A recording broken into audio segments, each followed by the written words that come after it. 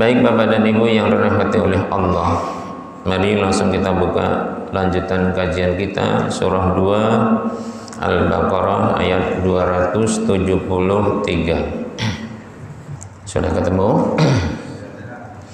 Baik, mari kita baca bersama-sama ayat 273 terlebih dahulu. A'udzu billahi minasy syaithanir rajim. Bismillahirrahmanirrahim.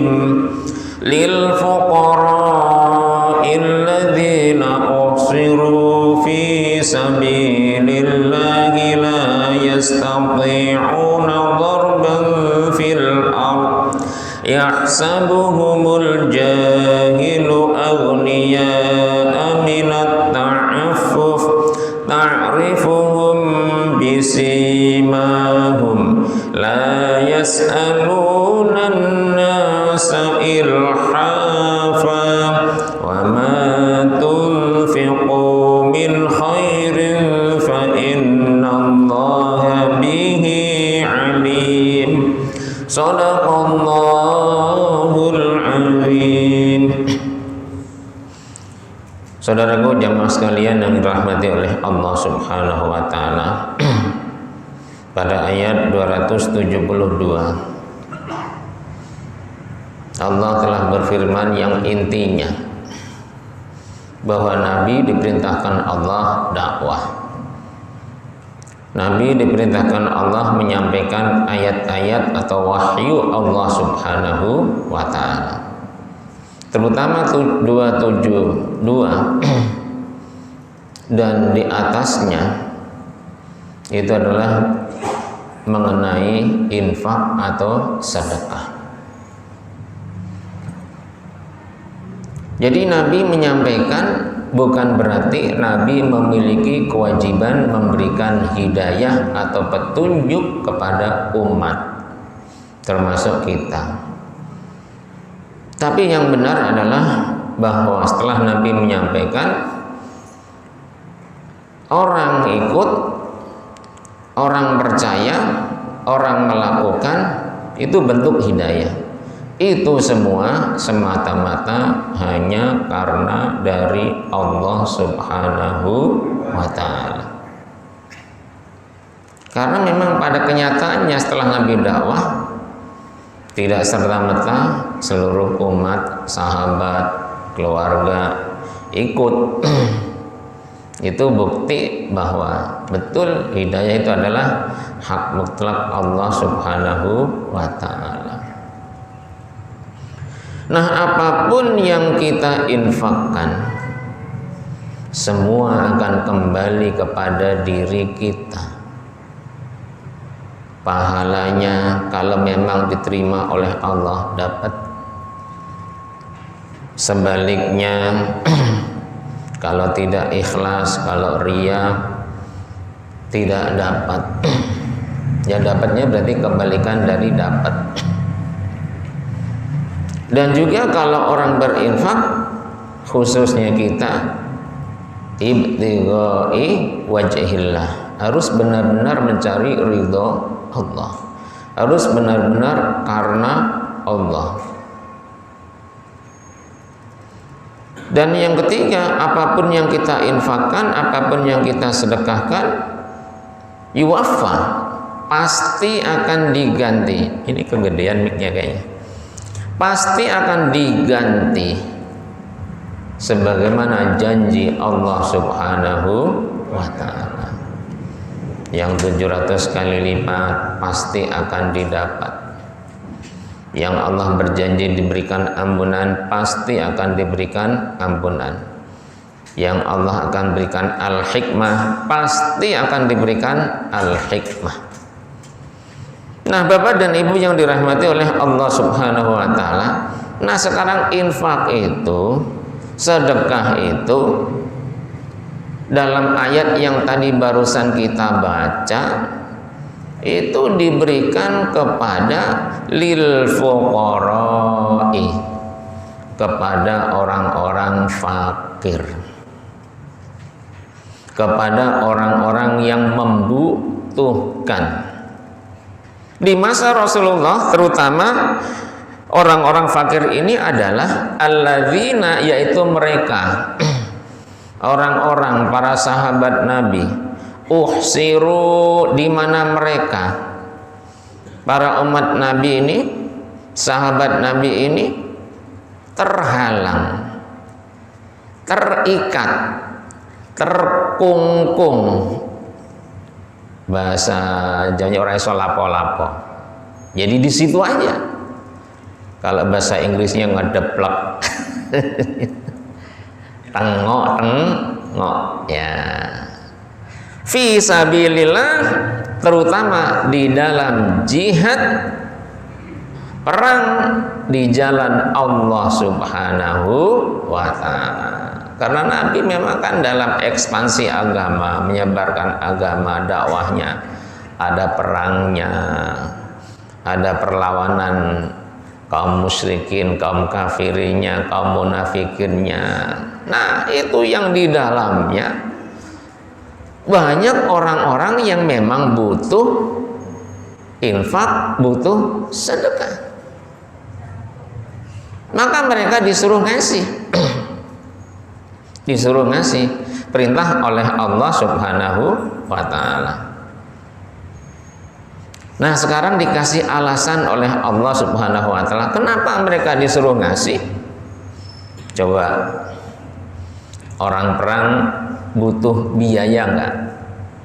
Banyak untuk makan setiap harinya, bahkan dari sebelumnya persiapannya ya, membeli senjata atau katakan membuat senjata, kendaraannya baik kuda, onta dan lain sebagainya. Pokoknya segala perbekalan kebutuhan perang itu biaya besar. Nah, perangnya berapa lama belum tahu. Ini akan berakhir apa seminggu, apa sebulan, apa 2 bulan, belum tahu. Sementara makan nggak bisa libur, kecuali puasa. Mana mungkin puasa setiap hari, sementara nanti tenaga dipakai melawan musuh, nggak ada tenaganya, kalah, staminanya kurang, tenaganya kurang, loyo, lihat musuh ngibrit, nggak punya tenaga, bagaimana bisa ngelawan? Nah, secara otomatis mereka adalah masuk kategori fakir. Maka diberikan infak, diberikan sedekah. Dan itu perintah Allah Subhanahu wa ta'ala. Nah, ini penjelasannya. La yastati'una, mereka orang-orang fakir yang terhalang atau katakan terkait, nggak bisa kemana-mana itu, mereka tidak sanggup, tidak mampu dorban untuk berusaha, untuk pergi berniaga, untuk pergi berbisnis. Lah, ya Rasul, saya izin dulu. Kemana kamu? Saya mau dagang cari duit dulu ya Rasul, nanti kan bisa buat perang. Kosong nanti tentaranya. Siapa yang ngadepin musuh kalau dia dagang pergi, ya kan? Jadi dia nggak bisa untuk usaha, nggak bisa untuk dagang, nggak bisa untuk bisnis, nggak bisa untuk bekerja. Yang jelas standby, siap siaga, musuh datang, fight, melawan, berperang. Nah, rezekinya, kebutuhannya, salah satunya Allah perintahkan, ayo harta kalian infakin, sedekahin untuk mereka. Fil ardi, di muka bumi, terutama bumi sana, bumi Arab, Madinah, Makkah. Sehingga orang nanti ngelihat, bukannya si itu kaya raya gitu, bukannya si anu itu punya kekayaan melimpah gitu. Namanya saja orang nggak tahu, mengira, menyangka bahwa dia ini adalah begini. Yahsabuhum, menyangka mereka, yaitu orang-orang fakir, orang-orang sahabat Nabi, umat Nabi yang ikut perang fisabilillah, jihad fisabilillah, nggak bisa ikhtiar, nggak bisa usaha, nggak bisa berniaga, bisnis, dagang dan lain sebagainya. Ada yang menyangka, ada yang mengira, ada yang nganggep mereka. Siapa? Al-jahilu. Kalau bahasa aslinya orang bodoh. Yang dimaksud oleh ahli tafsir lebih halus, orang yang tidak paham, orang yang tidak tahu, orang yang tidak ngerti siapa sesungguhnya sahabat Nabi itu, siapa sesungguhnya orang-orang yang bersama Rasul jihad fisabilillah itu. Dia nggak tahu, tapi berasumsi, beranggapan mereka adalah orang-orang kaya. Orang kaya dia nggak perlu diinfakin, nggak perlu disedekahin, dia nggak butuh bantuan. Ya namanya orang nggak ngerti, yang ngomong ini ngomong itu biasanya sah-sah saja, boleh-boleh saja, namanya juga nggak tahu. Jadi dia disangka orang sugih atau orang kaya. Minat ta'affuf, bahkan dia memelihara dirinya dari minta sedekahnya, infaknya. Kita ini perang, kita ini kehabisan ongkos, kita ini kehabisan biaya, butuh makan, butuh minum, butuh ini, butuh itu. Dia enggak ditahan. Jadi dia tidak minta-minta, sekalipun keadaannya memang menjadi butuh, menjadi fakir bahasa Arabnya. Nah, orang yang nggak tahu nganggap dia itu orang kaya, pura-pura aja dia nggak mau minta-minta, gitu. Memang dia kan kaya, ngapain dia minta-minta? Padahal dia sebenarnya adalah butuh. Ta'rifu, kamu tahu. Terutama Nabi kita Nabi Muhammad Sallallahu Alaihi Wasallam kepada mereka para sahabat Nabi yang ikut jihad fisabilillah, dan juga kita semua tahu bisimahum, dengan sifat-sifat mulia yang ada pada diri mereka.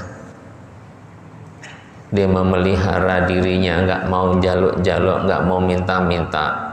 Ini mohon maaf nih contoh, kadang-kala kan ada orang keliling tuh ke masjid anu sampai 100 hari, 3 bulan, 4 bulan dan lain sebagainya dan seterusnya. Tiba-tiba minta podium seperti ini, ngaji lah, kita ini fisabilillah, kita berangkat seminggu yang lalu, kita bekal tidak banyak. Yang nyuruh cerita siapa? Nggak ada yang nyuruh, tapi cerita sendiri. Cerita sendiri. Nah, ini bener ini, karena memang ketemu saya, dia cerita minta panggung gitu loh. Bahkan dengan bismillah, mungkin dengan nawa itu keliling, tahu surban, tahu apa gitu. Fisabilillah, ikhwan fillah, saudara di jalan Allah, saudara al-mu'minu akhul mu'min. Mukmin adalah saudara kepada mukmin yang lain.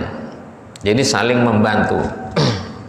Jadi dia pada cerita begitu. Bahkan kadang-kadang mohon maaf, ada yang bawa foto-foto keadaan tempatnya begini, bahkan keadaan ini begini gitu. Sehingga hati para jamaah tersentuh, terketuk. Nah, dengan cerita dia akhirnya membantu. Sahabat Nabi tidak seperti itu. Bahkan mereka agniya minat ta'affuf, menjaga dirinya, nggak mau minta-minta, sekalipun memang berhak menerima. Luar biasa. Maka ada ayat yang lain tuh, sahabat-sahabat Nabi yang ikut jihad fisabilillah tidak ada yang ngeluh kecuali orang munafik. Orang munafik malah ngompor-ngomporin yang enggak. Jangan ikut perang, nanti kamu mati, nanti kamu luka, nanti hartamu habis. Orang munafik tuh. Tapi giliran perang, menang, saya adalah kelompok kalian. Kalau namanya menang biasanya dapat apa? Rampasan perang. Dengan dia ngomporin begitu nanti dapat jatah perang. Orang munafik. Tapi giliran kalah dia bilang, gua katanya juga apa lu? Sekarang tangan tinggal sebelah, kaki tinggal sebelah, saudara yang lain meninggal dunia, istri jadi janda, anaknya jadi yatim. Saya bilangin juga apa? Nah, munafik. Dan itu ayat udah Al-Baqarah sudah jauh sekali. Allah tegaskan lagi, la yas'aluna, sama sekali mereka para sahabat Nabi ini yang terhubung, yang terhalang jihad fisabilillah tidak minta-minta. Jelas banget ya, tidak minta-minta an-nasa kepada manusia. Kampung-kampung yang dilewatkan banyak tuh, ada orang kaya, ada orang sugih. Kita jihad fisabilillah, harta-harta atau katakan fulus-fulus, uang-uang itu untuk jihad fisabilillah. Enggak begitu. Ilhafa, mendesak, padahal itu dia butuh banget, tapi mereka sama sekali tidak minta-minta sekalipun kondisinya sangat mendesak. Masya Allah, luar biasa ini. Jadi Nabi tahu, para sahabat tahu, sahabat yang ikut Nabi sabarnya luar biasa. Sampai doanya tuh, Rabbana afrigh alaina sabra wa tsabbit aqdamana wansurna 'alal qaumil kafirin. Ya Allah, lapangkan, luaskan kesabaran pada diri kami, jihad fisabilillah dengan Rasulullah. Kokohkan telapak kaki kami keduanya, sekalipun kondisi kritis, kondisi mendesak, kondisi gawat itu, tidak sampai ngibrit lari meninggalkan peperangan. Doanya, wansurna, ya Allah berikan pertolongan kepada kami bisa mengalahkan alal qaumil kafirin, orang-orang kafir yang memerangi agama Islam, agama Allah Subhanahu wa ta'ala. Luar biasa dah.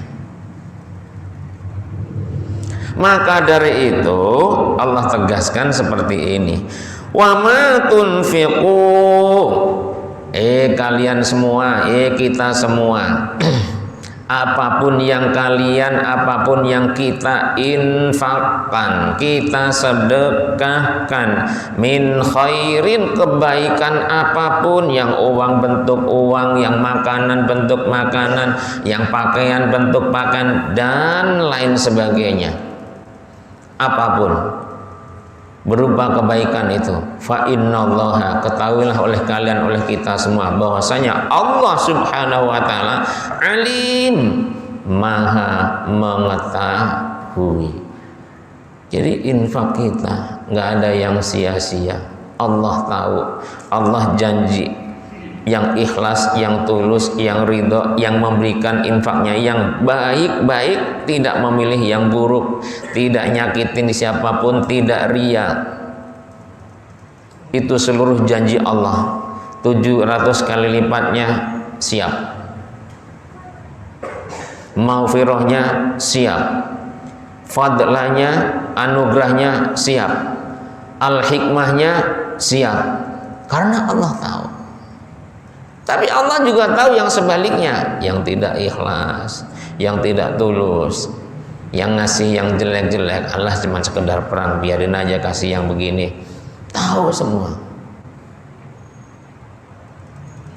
Jadi tidak semua yang seperti ini itu orang mereka adalah orang miskin.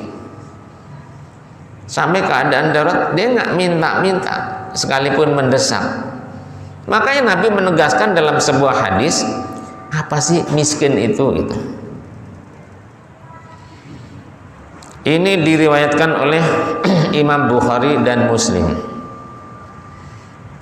Qala, telah berkata Al-Bukhari, Imam Bukhari, wal Muslimu, dan Imam Muslim, an Abi Hurairah, dari Abi Hurairah radhiyallahu anhu, qala, telah bersabda, telah berkata Rasulullah sallallahu alaihi wasallam, laisal miskinu, tidaklah termasuk kategori orang miskin. Ini Rasulullah yang menyatakan. Bihadza tawafi adalah orang yang berkeliling, keliling ke rumah anu, keliling ke kampung anu, dan segala yang dilewati, khususnya orang-orang yang tadi perang itu kan lewati banyak negara, lewati banyak tempat. Jadi tidak disebut miskin mereka yang keliling. Jadi tidak semua orang keliling adalah orang miskin. Oh, kalau orang yang keliling udah nggak miskin, kita keliling, miskin gitu nanti. Jadi tidak semua orang miskin adalah orang yang berkeliling. Alladzi tarudduhu, di mana dia pergi meninggalkan tempat setelah keliling. Karena apa? Karena at-tamratu, karena telah dikasih sepotong atau sebutir kurma. Wat-tamrataini, dan 2 butir kurma. Jadi setiap orang yang dapat 1 kurma atau 2 kurma miskin dia. Belum tentu.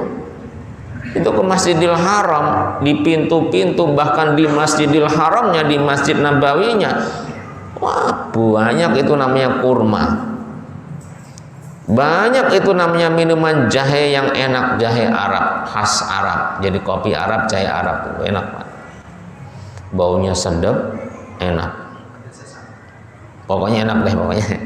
Saya sudah sering minum, bahkan di sini ada yang bisa bikin rasanya hampir sama itu. Nah, sedekah, baik hari Senin apalagi, hari Kamis apalagi, Masya Allah.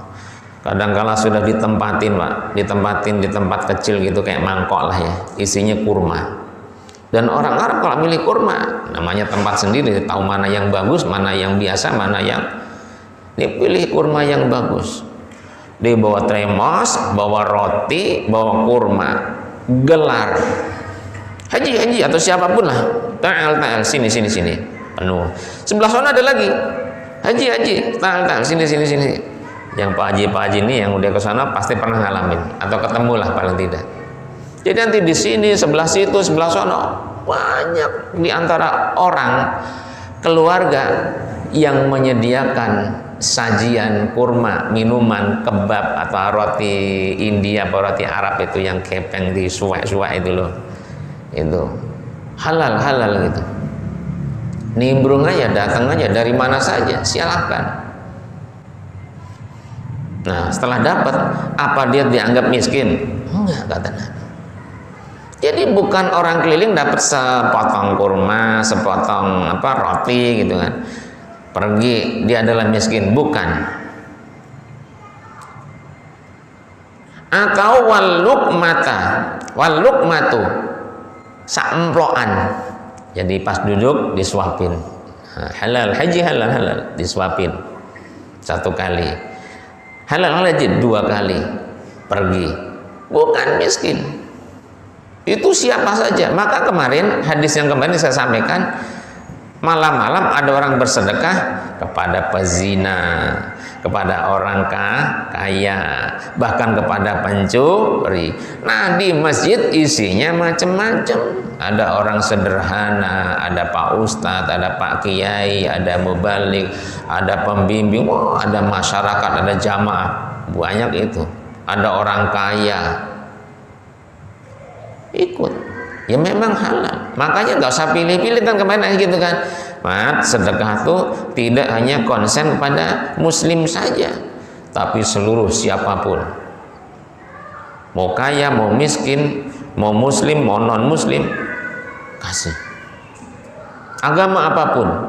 Makanya kurban tuh monggo silakan, tetangga kita banyak, bagi aja. Sugih kaya miskin emang udah di wilayah kita, bagi saja, dagingnya ada. Oh dia kaya raya, bagi aja. Dengan dibagi, kalau kaya dia akan bersedekah. Dibagi kalau misalnya pezina, semoga sembuh dari zinanya. Dibagi kalau dia maling atau pencuri, sembuh dari malingnya. Coba yang kita ikut nimbrung pas di Masjidil Haram atau Masjid Nabawi, alhamdulillah ya Allah, bisa berbuka puasa, dapat kurma, dapat segelas jahe Arab, roti kebab. Semoga tahu besok, tahu kapan, atau mungkin di tanah air saya bisa bersedekah seperti ini. Tergugah hatinya. Itu bukan orang miskin. Atau apalagi wal aklatu, dapat semangkok makanan, atau wal aklata ini, atau 2 mangkok makanan, bukan orang miskin. Nah, kalau gitu yang dimaksud miskin tuh yang kayak mana?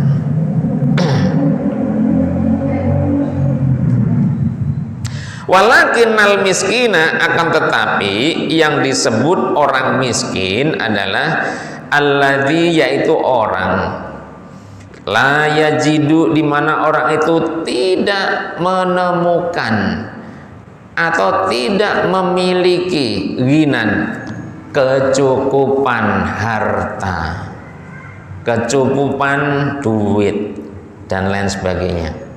Yunihi, di mana harta, duit atau yang lainnya, makanan yang bisa mencukupi dia, itu dia tidak temukan. Makanya dalam kehidupan sehari-hari ada orang miskin, sehari dia bisa makan, 2 hari libur, berarti udah lewat tuh kalau bu-buannya. Ya sehari juga cuma sekali tuh, besok udah libur, miskin. Jadi kecukupan yang dia miliki tidak mencukupi untuk memenuhi kebutuhan hajat atau hidupnya. Itulah miskin. Itu miskin. Wala yuftanu, dan tidak diketahui keadaan yang sebenarnya. Ini sebenarnya orang ini itu bagaimana? Kok kelihatannya memang susah ya. Saya lihat kadang kala makan orangnya di situ-situ aja, atau saya lewat kemarin di situ, besok juga di situ. Cari-cari informasi, nggak taunya memang dia adalah orang yang tidak punya. Kasihan dia itu Pak gitu. Itu saudara kita yang memang tidak punya gitu. Makanya tergerak hatinya bantu. Nah, karena tidak diketahui kondisi pastinya, fayutasaddaku, maka dia diberikan sedekah alaihi, orang miskin itu. Tapi ada tapinya, wala yas'alu, orang miskin ini tidak jaluk-jaluk, tidak minta-minta annasa, kepada manusia yang lain, syai'an, apapun. Dia udah nggak punya kecukupan harta yang bisa mencukupi hajat hidupnya sehari-hari, tapi dia menjaga ifahnya, menjaga kehormatannya untuk jaluk-jaluk, minta-minta. Miskin Pak, miskin Pak, miskin Pak. Enggak. Itulah orang miskin. Jadi sampai Rasulullah mengatakan seperti itu. Jadi orang miskin itu dia akan pergi, dia akan keliling, nanti dapat 1 kurma, 2 kurma, 1 suap, 2 suap, 1 bungkus makanan, baik nasi atau apapun, atau 2 bungkus, langsung pergi. Bukan begitu, itu biasa siapa saja. Contoh, kita pas sholat Jumat habis subuh, assalamualaikum warahmatullahi, assalamualaikum warahmatullahi, astagfirullahaladzim, subhanallah, subhanallah, alhamdulillah, doa, amin, amin, amin, salaman di pintu, tahu-tahu dikasih makanan. Miskin? Bukan.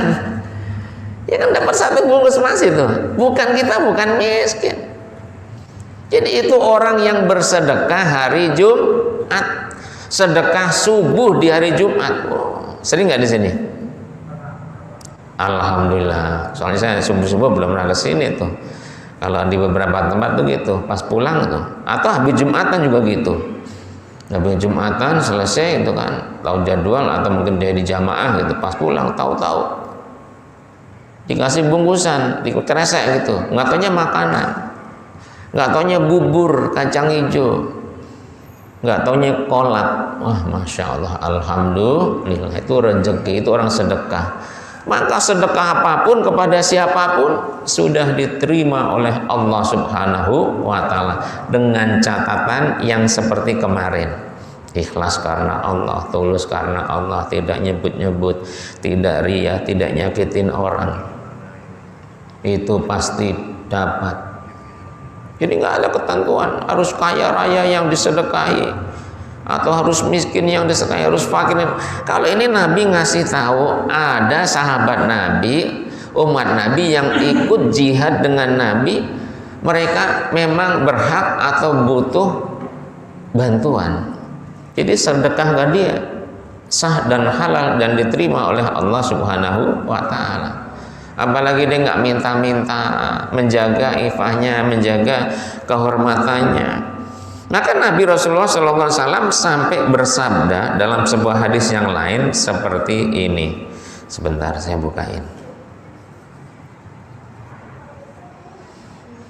Ini agak panjang juga.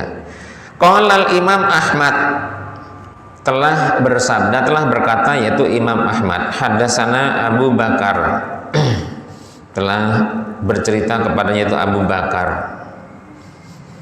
Al-Hanafi, haddatsana Abdul Hamid Ibni Ja'far, telah menceritakan pada kami, pada mereka, yaitu Abdul Hamid bin Ja'far, an abihi, dari bapaknya, an rajulin, yaitu mengenai seorang laki-laki, mim muzayyanatin, dari Bani Muzayyanah, annahu, bahwasanya orang laki-laki dari Bani Muzayyanah ini, qalat, telah berkata, lahu, kepada orang laki-laki Bani Muzayyanah ini, ummuhu, emaknya. Emaknya bilang pada dia, ala tantaliku, kamu nggak mau pergi? Pergi kemana? Fatas'al, kemudian kamu minta-minta. Sudah anak kamu pergi dan minta kepada siapa? Rasulullah sallallahu alaihi wasallam, pada Rasulullah. Kamu datang sana kepada Rasulullah, kemudian nanti kamu minta kepada siapa? Pada Rasulullah. Orang ini kemudian setelah ibunya bilang begitu, fantolaktu, kemudian saya pergi, as'aluhu, saya minta kepada Rasulullah.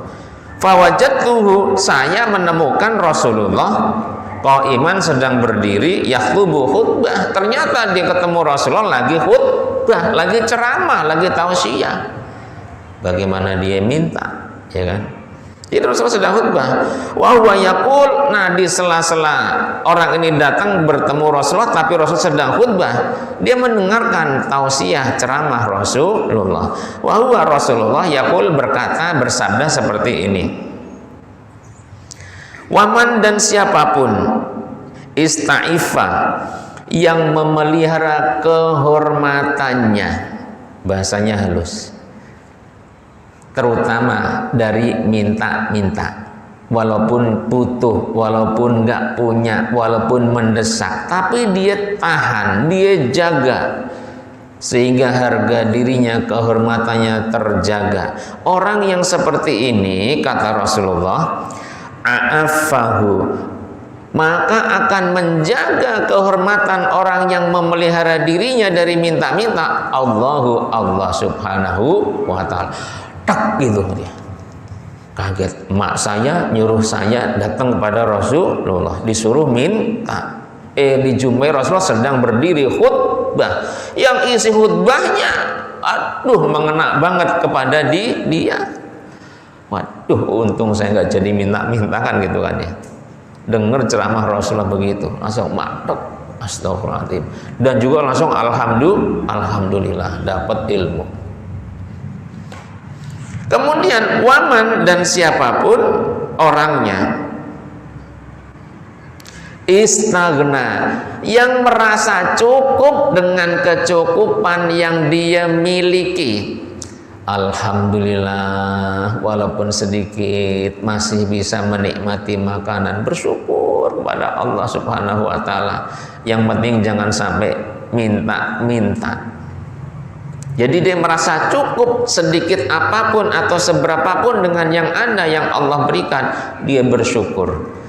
Orang yang seperti ini, kata Rasulullah, aghnahu, maka Allah akan mencukupkannya orang itu, mengkayakannya orang itu, Allah subhanahu wa ta'ala.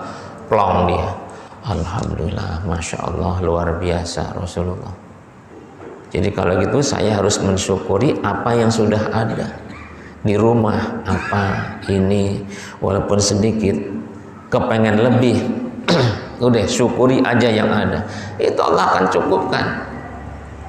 Jadi semakin tambah mantap, semakin tambah yakin keimanan, keislaman seorang ini yang dibilangin ibunya suruh datang Rasulullah. Nah, kemudian dilanjutkan hadisnya, waman, dan siapapun yas'alu, yang minta-minta, an-nasa, kepada manusia, walahu, padahal orang itu yang minta-minta itu adlu khamsi awakin, dia memiliki sekitar 5 mangkok makanan. Jadi punya makanan 5 mangkok, 1, 2, 3, 4, 5, ya mungkin kurma, kuahnya, lauk yang lain, pokoknya judulnya ada 5 aja, atau yang sama, makanan 3, nah kuahnya atau mungkin ini lauknya, judulnya pokoknya punya 5 mangkok. Tapi dia minta, kata Rasulullah, faqad sa'ala, maka orang yang seperti ini, dia punya makanan tapi masih minta-minta, walaupun 5 mangkok dia punya, Rasulullah katakan dia termasuk udah minta-minta, anasa kepada manusia, ilhafan, berarti dia dengan mendesak, meminta-minta, ya bahasa kasarnya mah bohong lah. Orang punya kok minta-minta. Orang yang seperti ini berarti tidak menjaga kehormatannya, kata Rasulullah. Fakultu, maka saya berkata, baini wa baina nafsi, di antara saya dan di antara diri saya,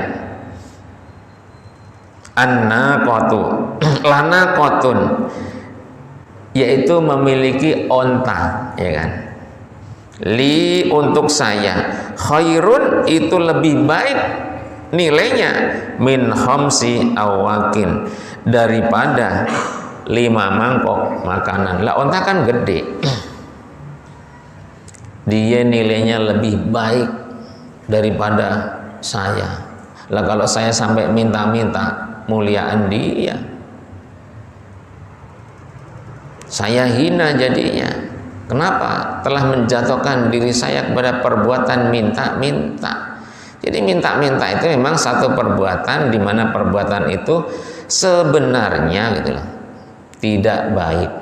Apalagi kalau kita punya, apalagi kalau misalnya yang kadang-kadang tiba-tiba disiarkan di TV, dia kaya raya, tapi dia minta-minta, walaupun urusannya adalah dia dengan Allah subhanahu wa ta'ala. Kemudian wali gulamihi, dan juga untuk orang yang lain, naqatun ukhra, punya onta yang lain, fahiyya, maka onta yang lain tersebut, khairun min khamsi awakin, juga nilainya lebih baik daripada 5 mangkok makanan.